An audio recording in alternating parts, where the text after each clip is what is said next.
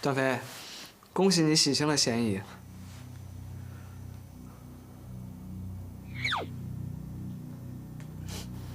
怎么了？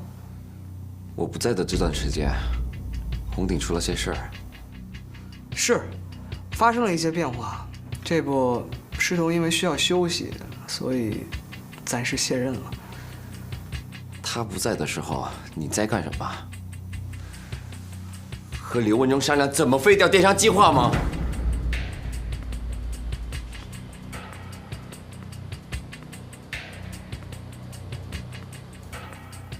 段飞，你在说什么啊？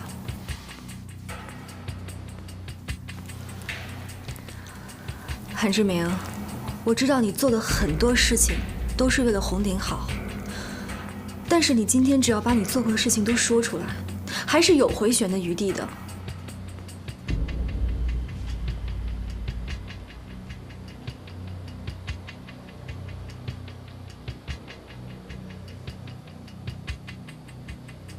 你明明……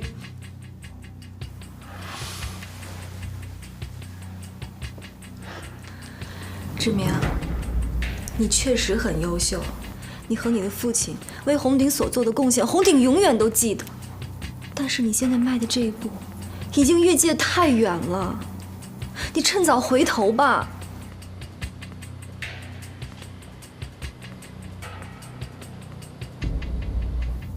志明，你到底做了什么事儿啊？我真的不知道你们在说什么。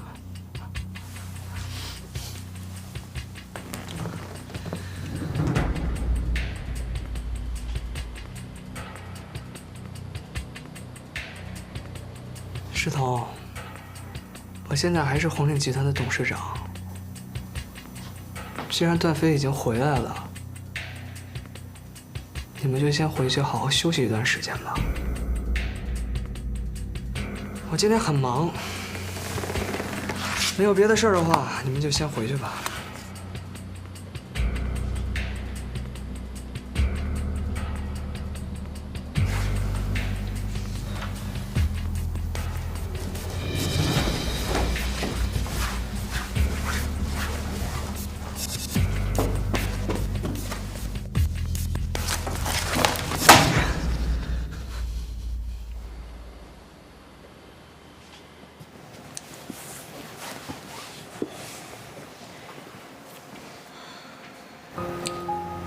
他执迷不悟，我们把证据公布出去吗？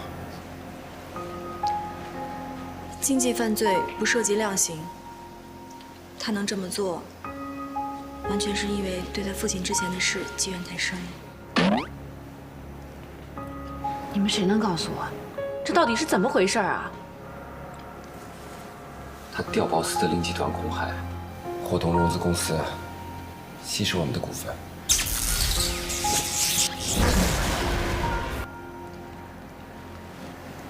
金雪，你先别多想。看在他和他父亲之前对集团所做的贡献，我不会把这件事公布出去。那下一步怎么办？先把我和段飞回来的消息公布出去，这件事就交给你了。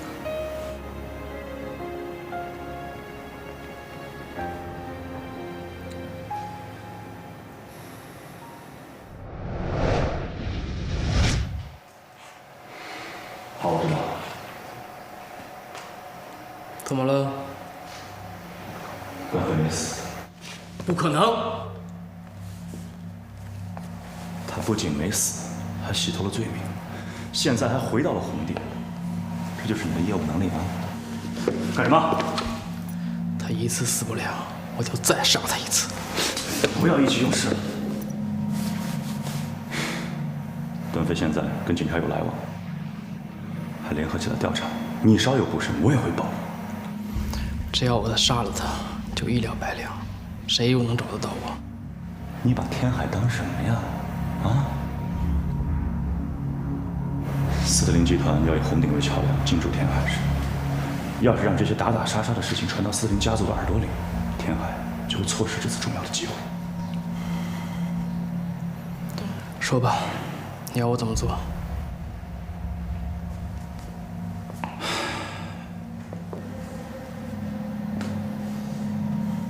螳螂捕蝉，黄雀在后。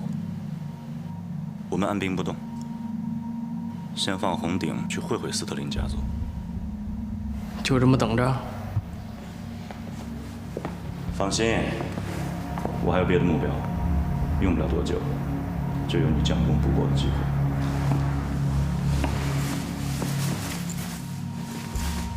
你去哪儿？跟你善后。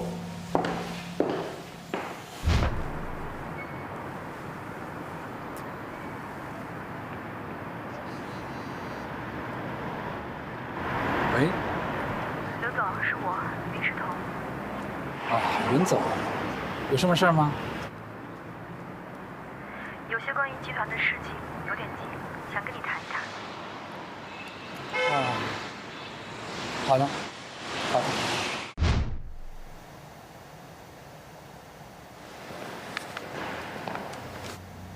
韩总好。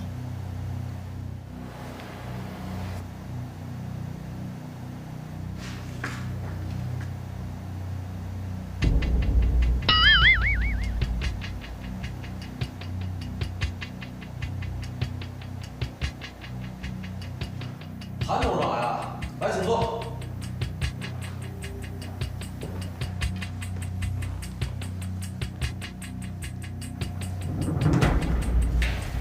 徐总，这什么意思啊？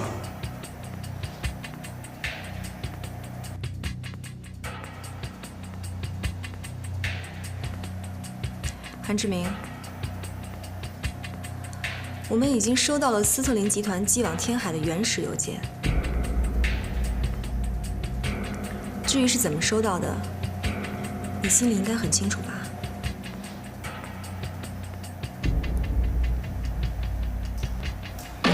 还有，刘总已经同意了公司的回购股份，回到原来的地方工作。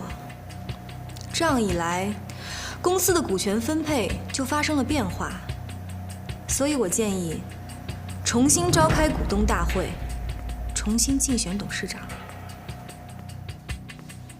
你以为这样我就没办法了吗？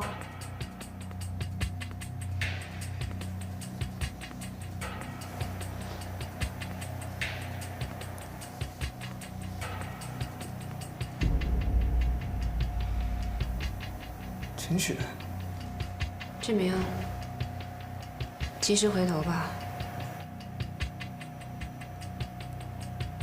这是云总给你的最后机会。什么云总？他根本不是总裁了。韩董，咱们就好好商量商量这件事儿，让云总回来做这个总裁吧。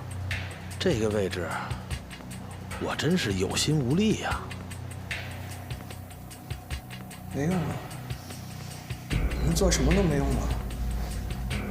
融资公司已经和红鼎签订了初步协议，只要我授权，董事会就会接受注资，控股比例就会重新洗牌。你们召开股东大会已经来不及了。韩志明，别浪费我们的好意。好意？我和爸对集团做了这么多，最后集团最后怎么对我们的？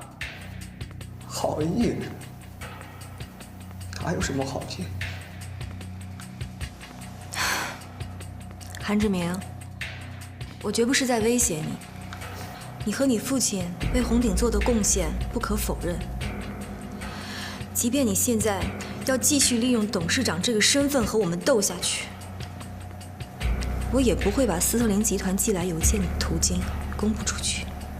但是，为了红鼎集团，为了父亲留下来的产业，我也绝不会退让半步。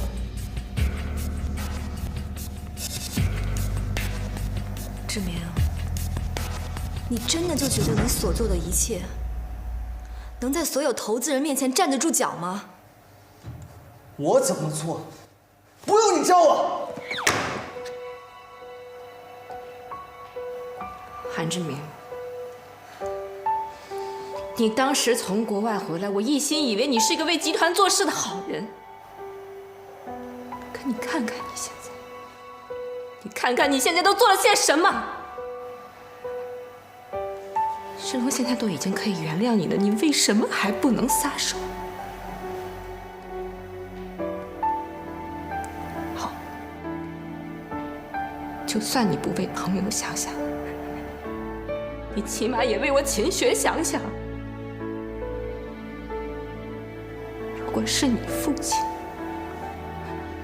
他愿意看到你现在这个样子吗？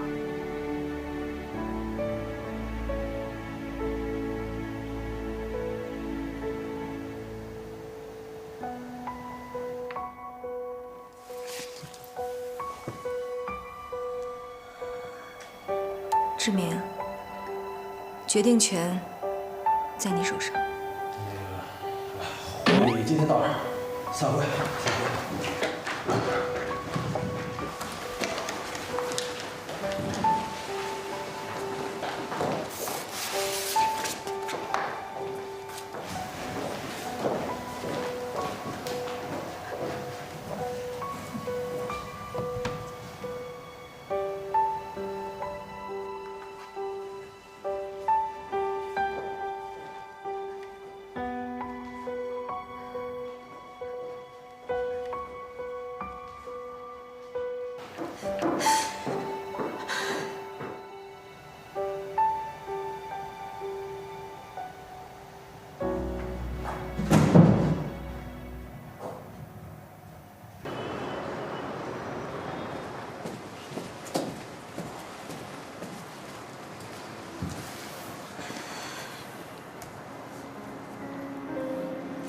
徐主任，最近辛苦你了。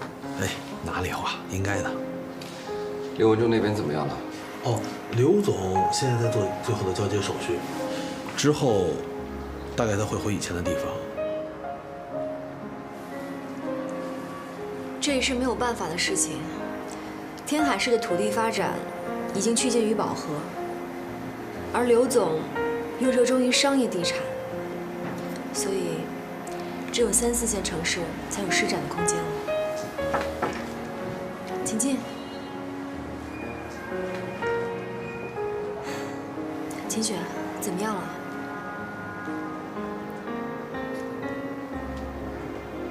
他已经同意交出董事会的席位了。他肯留下吗？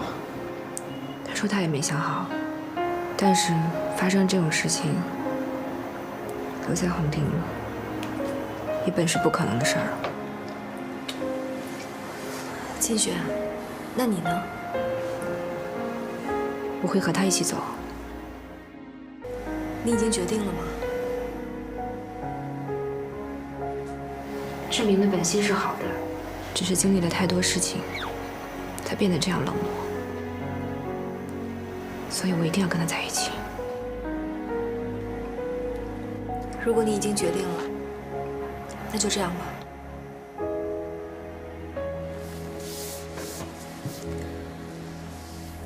最近发生了太多的事情，很多事都需要重新开始了。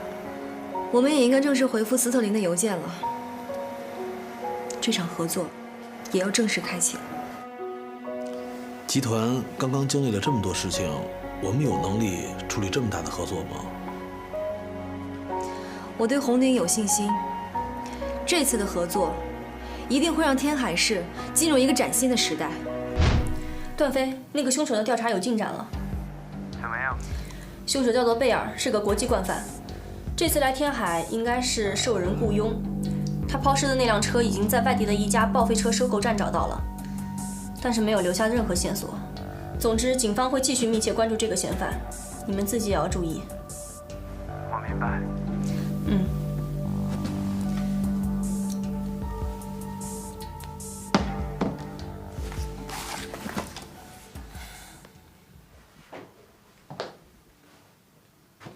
爸，学兴，听说那个叫林诗彤的，又回到红鼎当总裁了。也是今天刚得到的消息。还有，那个韩志明好像又从董事会卸任了，是不是和殷世同一起赴任的，还有那个叫段飞的？是。这个年轻人也真够抢眼呐！他到底什么来历？之前我也查过，不过一直都没什么进展。没进展？怎么回事？他的资料被人抹得一干二净，甚至连段飞这个名字是不是真的我们都不确定。不过，自从他来到天海之后，在各个地方嗅嗅探探已经有一段时间了。他好像是在查什么事情。云顶，段飞，你说什么来着？他到了天海之后，就到处在查找什么东西。对呀，这倒让我想起一个人来，可没想到他居然已经到了天海了。爸，你认识这个人？都是些陈年旧事，不提也罢。下一步，红鼎集团就要和斯特林进一步接触了。看来天海的格局就要变了。苏氏集团得要做好准备啊！这个您放心，已经在做各方面的准备了。这可是一波新浪潮，咱们得赶上才行。是啊。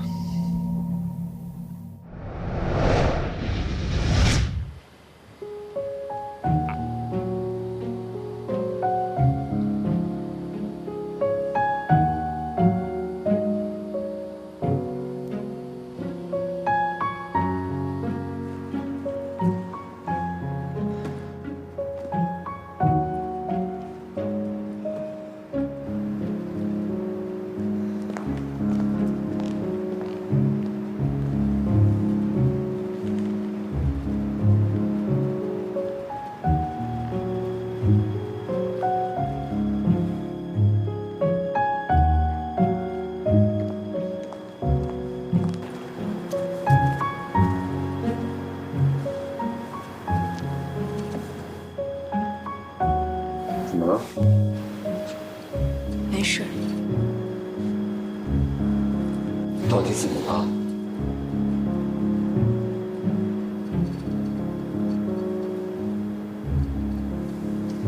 新买的衣服啊，挺漂亮的。绿博网的新款。等会儿代表来了，你别乱说话啊。知道了。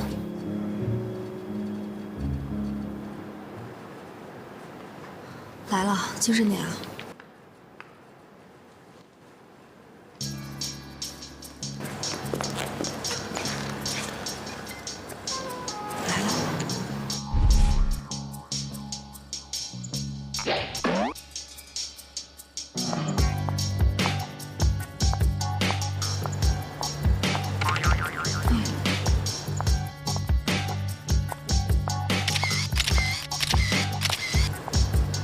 这个人我认识。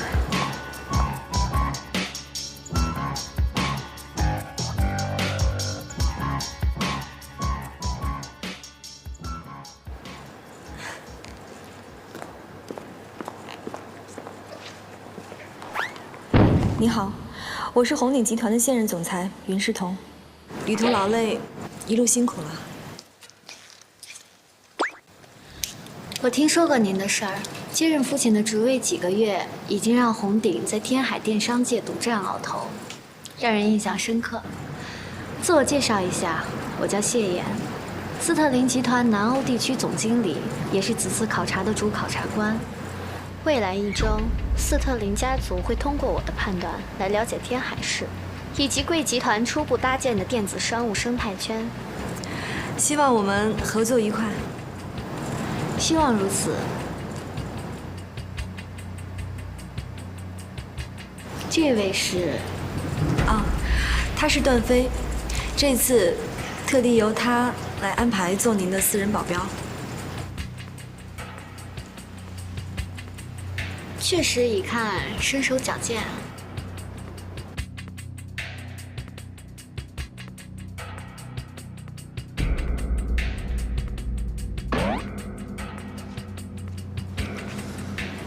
我忘了告诉你，我是尹总裁的丈夫。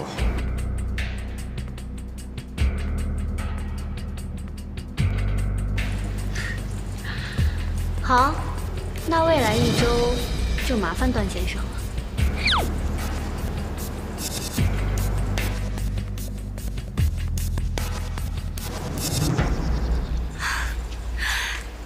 那这边请。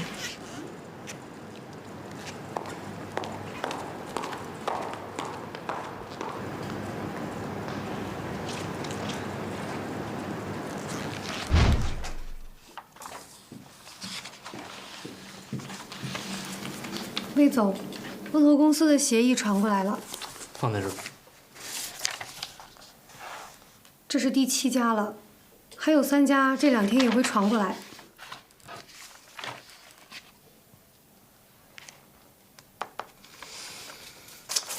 这是好事儿，我们现在需要这些资金来恢复元气。可是您觉得我们消化得了吗？这就是有风险的地方呀。明天你去催一下我要的材料，图表做出来了，我们会看得更清楚。好的。哦，对了，今天你不用加班了，早点回去休息吧。注资的事情我会判断的。行，那我走了。哎，魏总，您是在看财报吗？对。因为注资的事儿，讨论财报推迟到下周例会了，你也不用太难为自己。关于风投公司注资的事儿，您的感觉是什么？像是个圈套。圈套？这几家风投公司提出的条件各有不同，但是我觉得在结果上看来都有很多相似。您是指？都会把我的股权稀释到50%以下，但是具体数字我还不确定。我觉得最保底的这条线，也就是33%了。有33%，我们在董事会上就会有1票否决权呢。话虽然这么说，如果这几家风投公司把自己的股权集合起来超过50%，他们就是绝对的多数，可以通过股东大会绕过我们的1票否决权。您的意思是说，风投公司有人在背后想控制天浪？是不是太阴谋论了？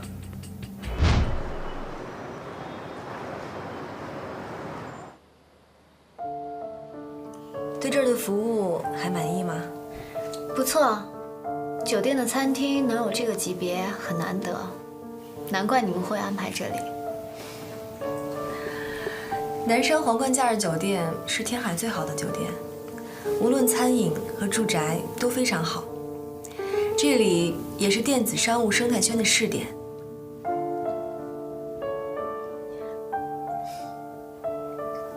对了，您要准备的初期材料已经交给您的助理了，您查验过后还有什么遗漏吗？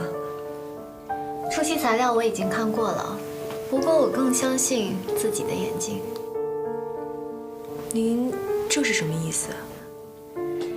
城市的发展水平决定产业的上限，你明白吗？天海的发展水平应该和您熟悉的南欧城市很接近。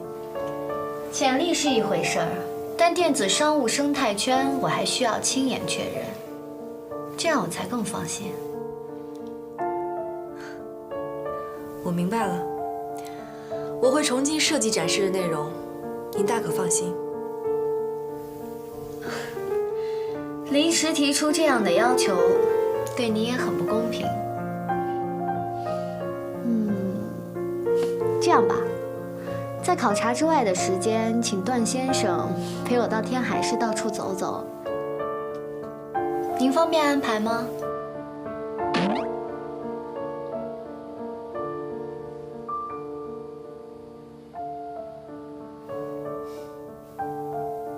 当然方便，只要是为了考察，怎样都行。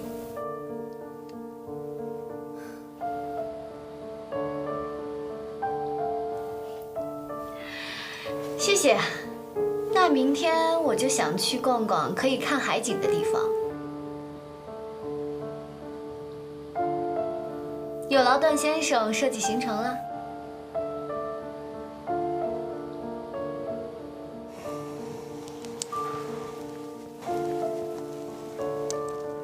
好，那你们继续商量吧。集团还有一些事情，我就先回去了。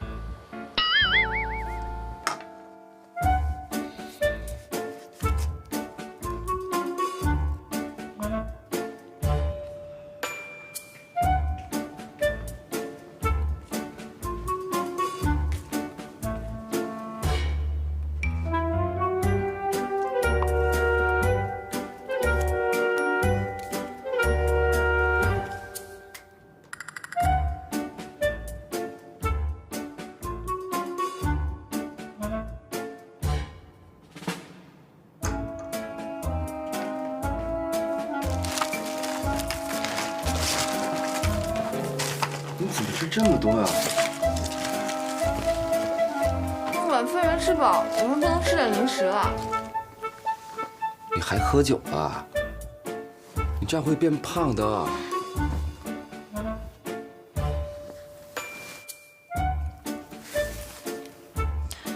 你说，你跟他认识啊？谁啊？哦，谢岩啊。我以前也执行过这样的任务，保护过道爱一段时间。那你跟他结婚了吗？怎么可能啊？她比我小好几岁呢，我就把她当成妹妹。真的。哼，段飞，我也比你小好几岁呢。你别这样，你知道的，我的任务不能多说。哎，行了行了，明天的考察怎么办？反正他的态度也是找茬，我也还没想好，应该要拉他去哪儿看海呢？看海呀，和考察有什么关系啊？对呀，哎，你说这看海跟考察到底有什么关系啊？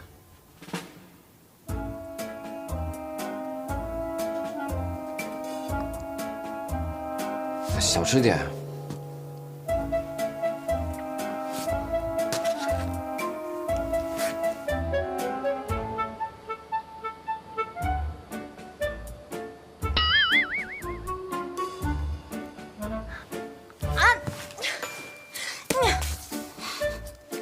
我说少吃点。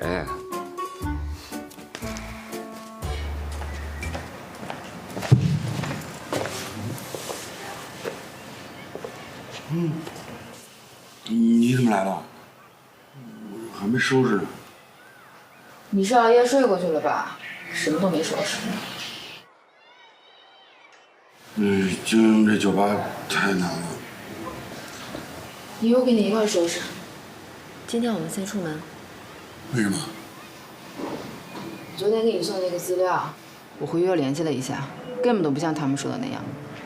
咱们今天要去查那个老头，去年又去世了。那这么说，最后的线索又断了。照片上的这些人，待在天海的已经没几个了。那要不要试试从他们身边的关系网开始查？不现实，这要查起来几百个人。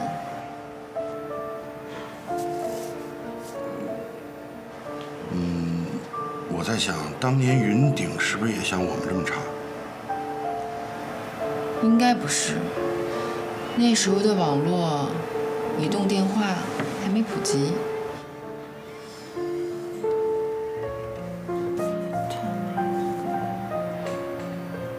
是啊，我怎么没想到呢？什么？收拾东西走。啊？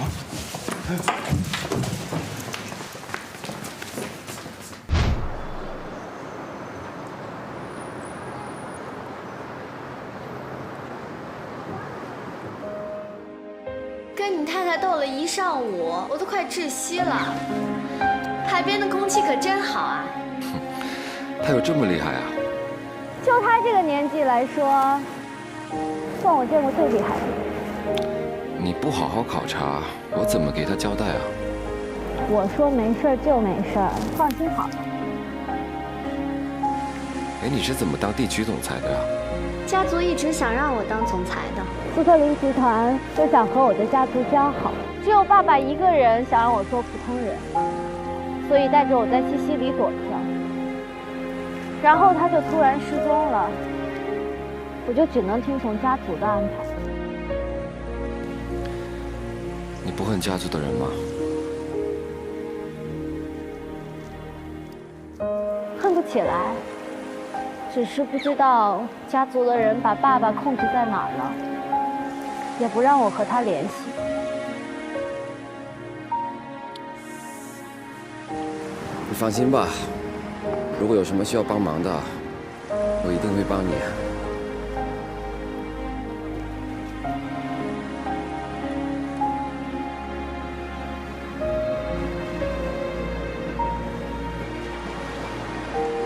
谢谢你啊，段飞。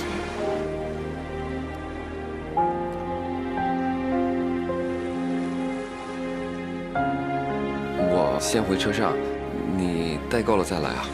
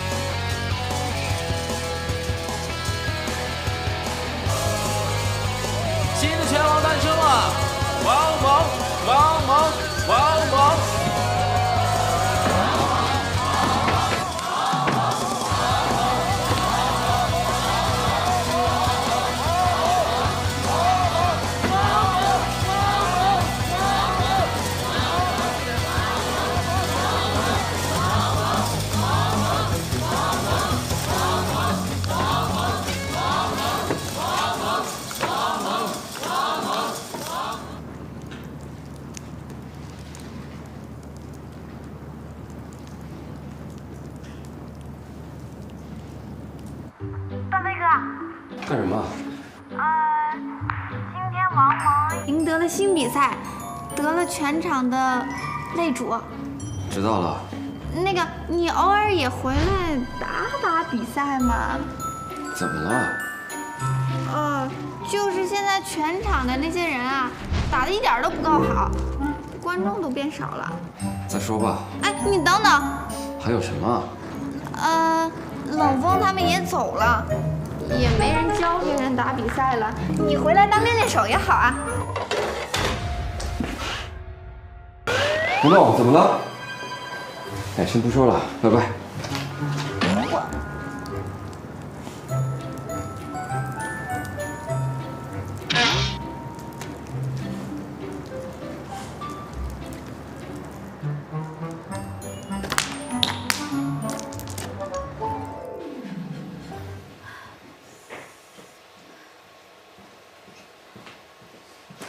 你烫着了，没事吗？没事。你怎么不小心一点呢？不是故意烫的。你要做什么呀？我饿了，给自己煮碗面吃。那行了，我给你做。不需要，我自己来就行了。今天怎么不开心呢？是考察不顺利吗？你跟谢妍在海边散了一下午步，能顺利吗？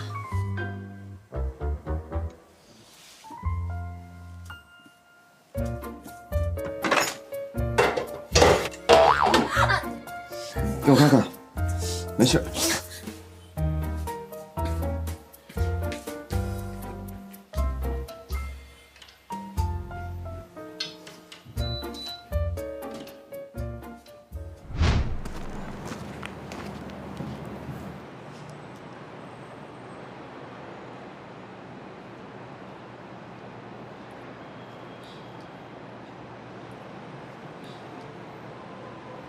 小雅，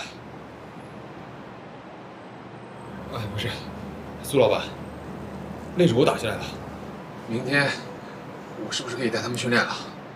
随便，反正一个能打的都没有。没有啊，我是当了擂主。那你能打过段飞哥吗？那你打赢擂主有什么用啊？真正的高手连看一点拳台都不看。段飞哥那些技巧、反应，没有10年8年练不出来，而且冷宫哥也不在，我想练也没人教啊。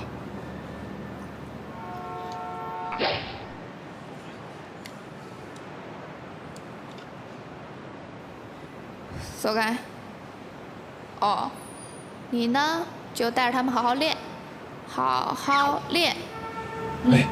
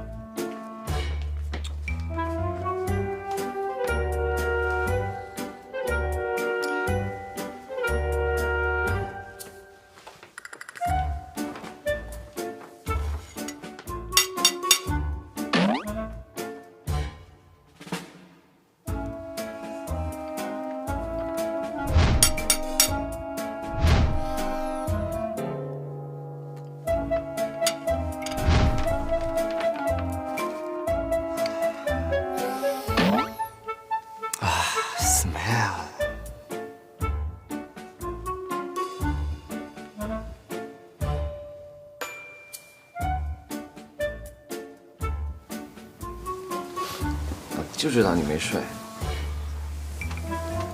谁让你做这个的？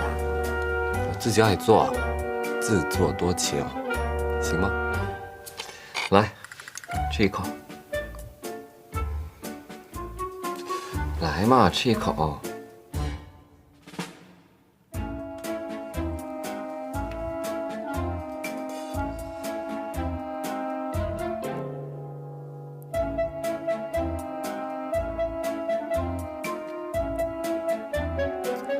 味道还凑合吧。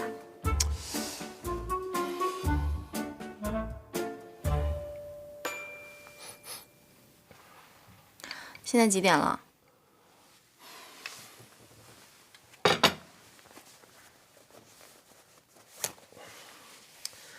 不到11点，怎么了？你明天还要去接待那些考察员是吗？没关系，这仗你是将军，我只是个马夫。哼，那个谢总裁对红鼎安排的一切都看不上眼。为什么呀？这也不是事先没有预想到的。天海市的电商系统才刚刚起步，考察员又是见过成熟电商生态圈的，尤其是那个谢总裁。他叫谢岩。啊，谢岩嘛。红鼎的电商计划在他眼里，简直就像小孩过家家一样。谢言这个人呐，可能更看重人。人？如果他这个人认可你，他就认可你的事业，反过来也一样。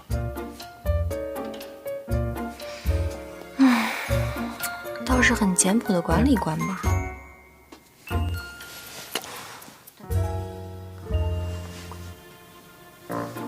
段飞，你保护谢言的任务是什么？哎，你又问这个啊？我的任务真的不能告诉你。那我就问一个问题。你问吧。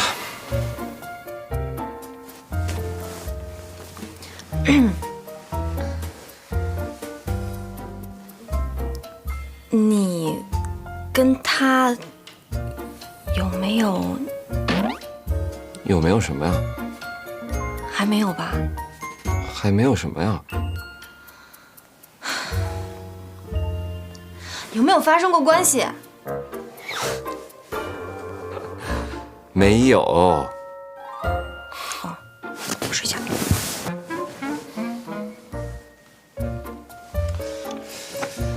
老婆，你看我给你买了什么衣服啊？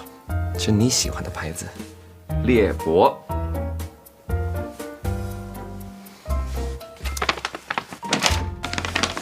算你有良心。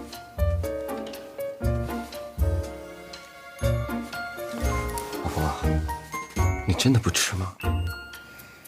不吃。我看你最近瘦的，我好难受啊！你不吃吗？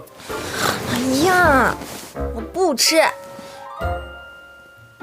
那就吃一点吧，一点点。睡觉。好吧。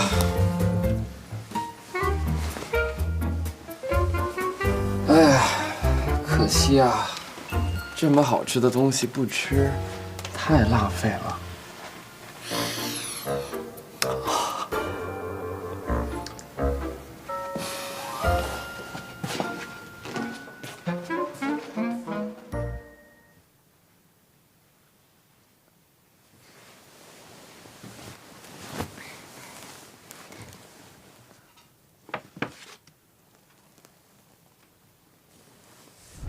欢迎下次光临，再见。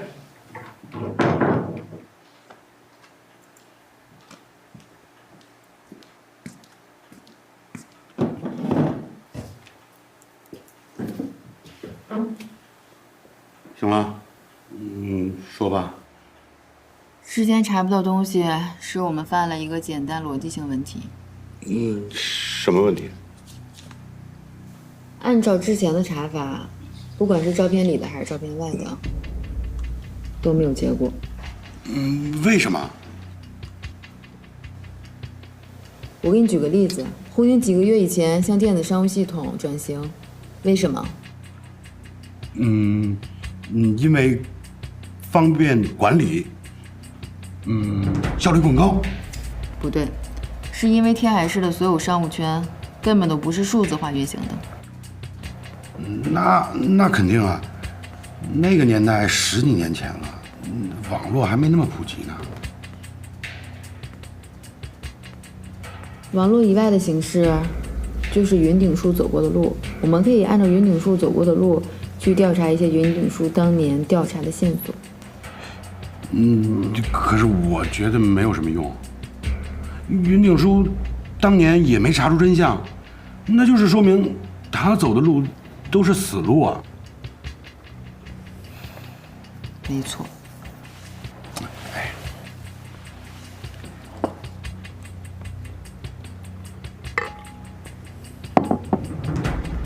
真是棘手啊！那现在的数据对那件事情有没有记录？那这件事不就是永远的石沉大海了吗？也不是。我今天想到了一个。今天早上你带我去城市博物馆，是干什么？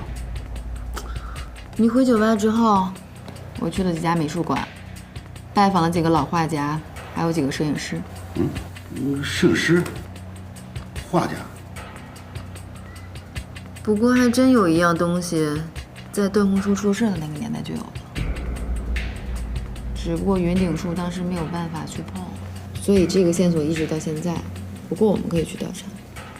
那是什么东西？天海市本身。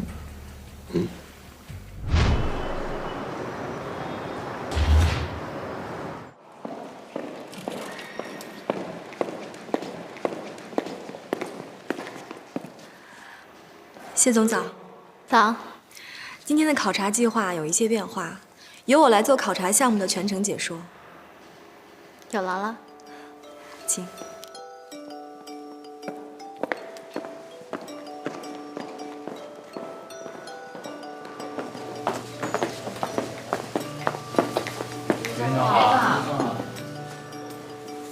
这里是电商部的2个核心，一个是市场调研组，一个是产品研发组。你可以看到他们的工作模式。接下来这边请。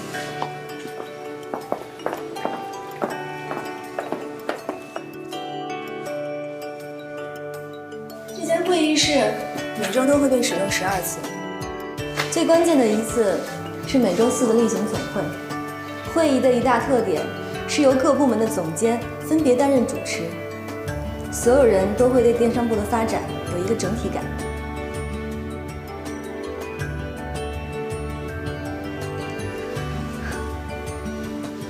还有的员工提出，会议室也应该有自动冲泡茶水的机器，这项提案也会放在会议中商讨。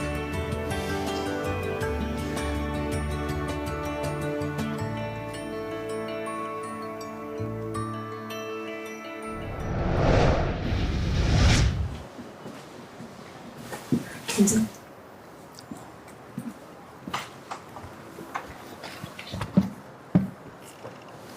这里就是我的办公室，是整个运作链的中枢。还不错。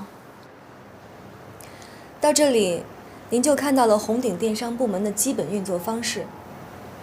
从一个提案在部门中产生，然后在总会表决，最后进入市场实施。形式比较怪异。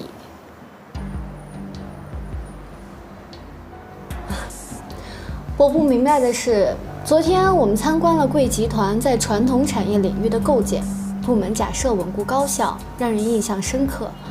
但是今天，您向我们所展示的是一套完全不同的运作模式。这里面的差别之大，让人觉得根本不是同一个领导班子的手笔啊！而且这里面很多细节都不如贵公司在商业地产领域的设计合理。我不太明白您的意思。电子商务是一个新成立的部门，所以有些设置会略显。我举个例，商业地产部门的市场调研组大约有200人，电子商务部只有40人。但是根据您昨天提供的财报，电子商务部的市场组开支反而更大。据我了解，您接任总裁的一部分原因是因为前总裁患有阿尔茨海默症，您接任得很仓促。我可不可以这样讲，您对前总裁经营集团的手段并不熟悉？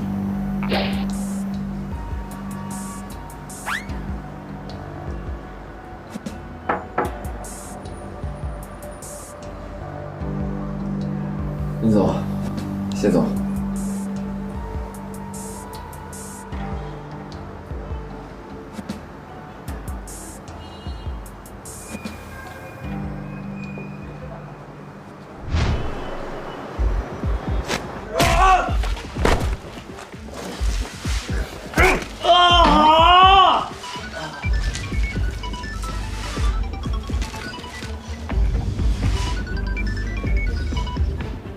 干什么？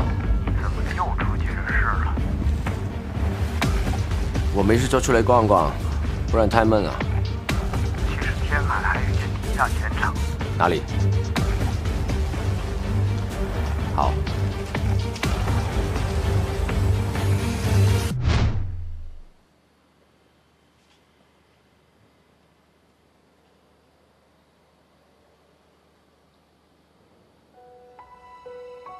我好像忘了点东西在楼上。什么？一个黑色的小包，就在房间，在我床头。那我去拿，你们再坐一会儿啊。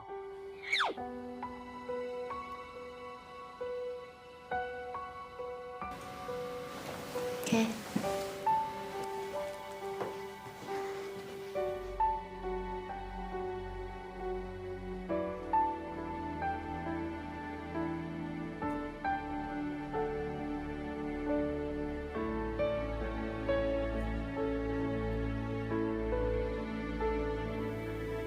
云总还在想上午的事儿吗？你说的没错，我对集团的思考确实浮于表面。段飞保护我和我的父亲一共167天，在希拉库萨。后来地方管理者开始对我的父亲施压，然后我们就搬到了郊区的一座山庄。他到底执行的是什么任务？不知道，那是4年前的事儿了。当时我还是只知道读书、弹钢琴的千金小姐，段飞也没有现在这么冷。他以前是什么样子的？你这么问我，我倒也说不出什么。可能话比现在多一点，比现在温柔一些。那时候，我还以为我们感情很深，直到有一天，他的任务突然就终止了，然后就消失了，我怎么也联系不到他。故事就到这儿，是不是有点虎头蛇尾？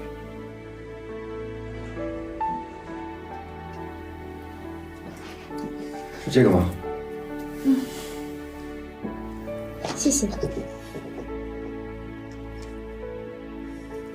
这已经到了，我们走吧。好。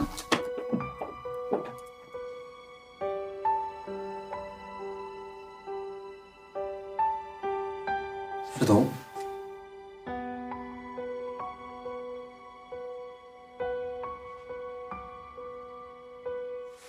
下午你陪谢总裁去就行了，集团还有些事需要我处理。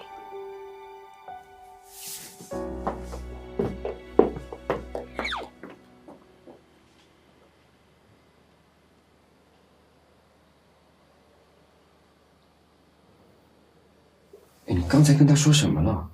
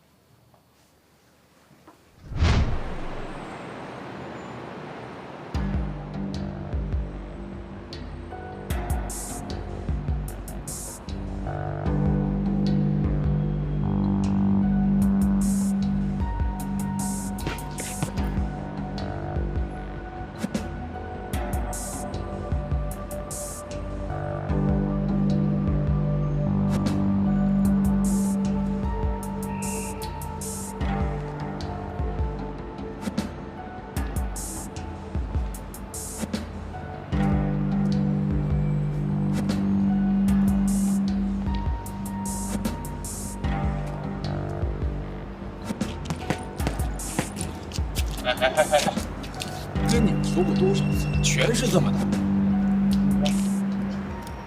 哎，我问你啊，那人谁啊？不知道，说是专门来看我们训练的。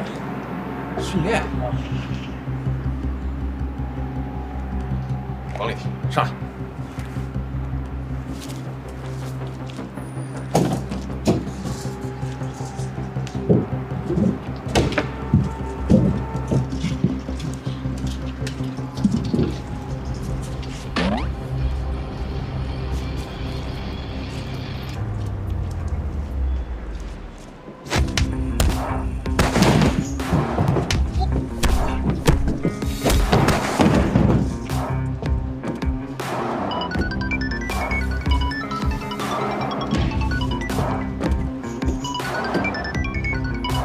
喂，在哪儿？找乐子。谁能听？马上回来。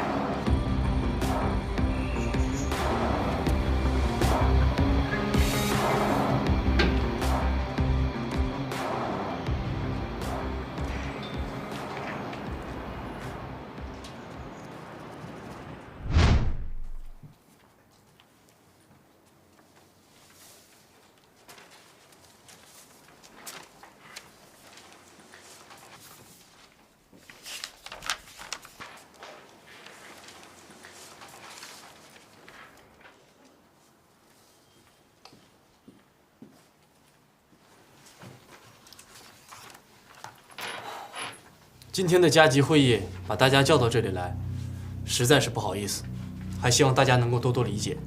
10家融资公司全是为了稀释您的持股比例，您是这个意思？10家来历不明的外地投资公司，正好在集团需要资金转型的时候同时出现，又正好同时提出了控股要求，您觉得这合理吗？您太敏感了，融资公司提出的条件有所不同。您只抓住了股份收购的这一条不放。鉴于现在这种情况，我建议召开股东大会。现在召开大会，更多投资人会知道我们的财务困境。即便是这样，我们也要制定一个长线的发展计划，来降低融资带给我们的风险。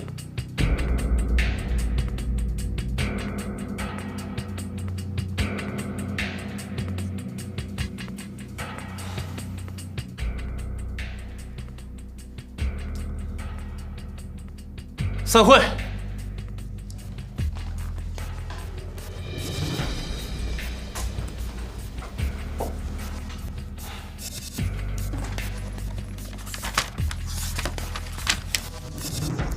魏总，一帮混账！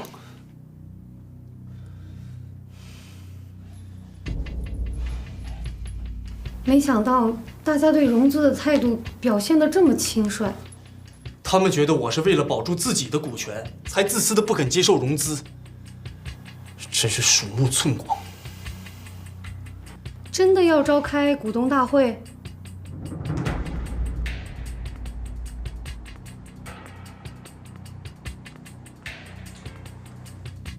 只要能度过这一关，让他们说去吧。那我这就去联系。魏中生要召开股东大会，下周2。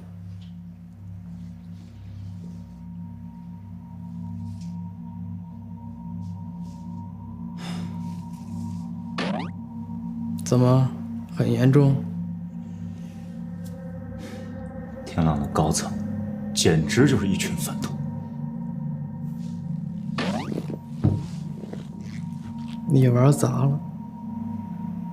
玩砸的不是我。天浪的高层，魏中生手上有55%的股份，高层不到10%。他们在接不接受融资这件事上，立场根本就不一样。我原本以为至少还能限制住魏中生的决定，看来你还是玩砸了。魏中生根本没上你的当。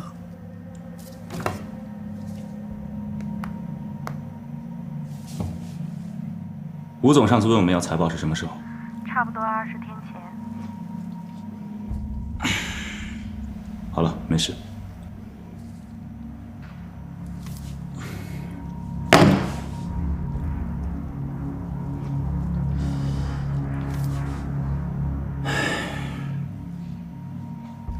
难得看到你这样。召开股东大会，就是想靠股份压制全局，然后慢慢的消化融资。我们不能等。吴学兴1个月就跟我核对一次巨轮的资金流向，现在巨轮的资金都被我调去稀释魏中生的股份了。这么说，你还有不到10天了。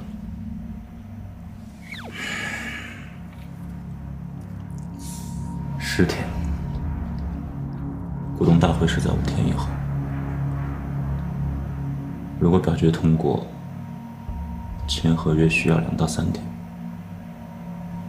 只要通过，一切就来得及。魏中生手里一个人就有55%的股权，你改变不了表决结果。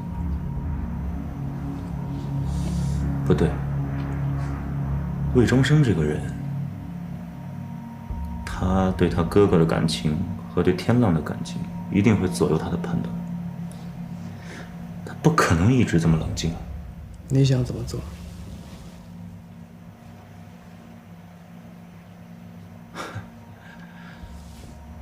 你将功补过的机会来了。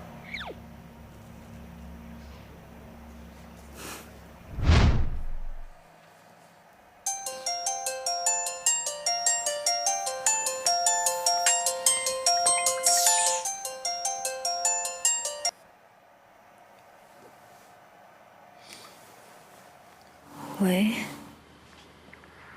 我把谢总裁送回家了，我现在回去。你在家吗？喂，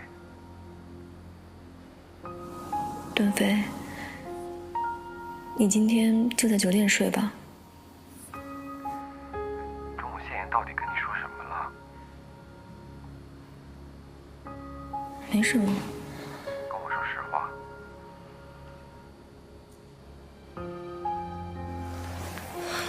不是因为那个，那时候我还以为我们感情很深，直到有一天，他的任务突然就终止了，然后就消失了，我怎么也联系不到他。你等着，我回来陪你。别，段飞，这一次就让我一个人带着吧。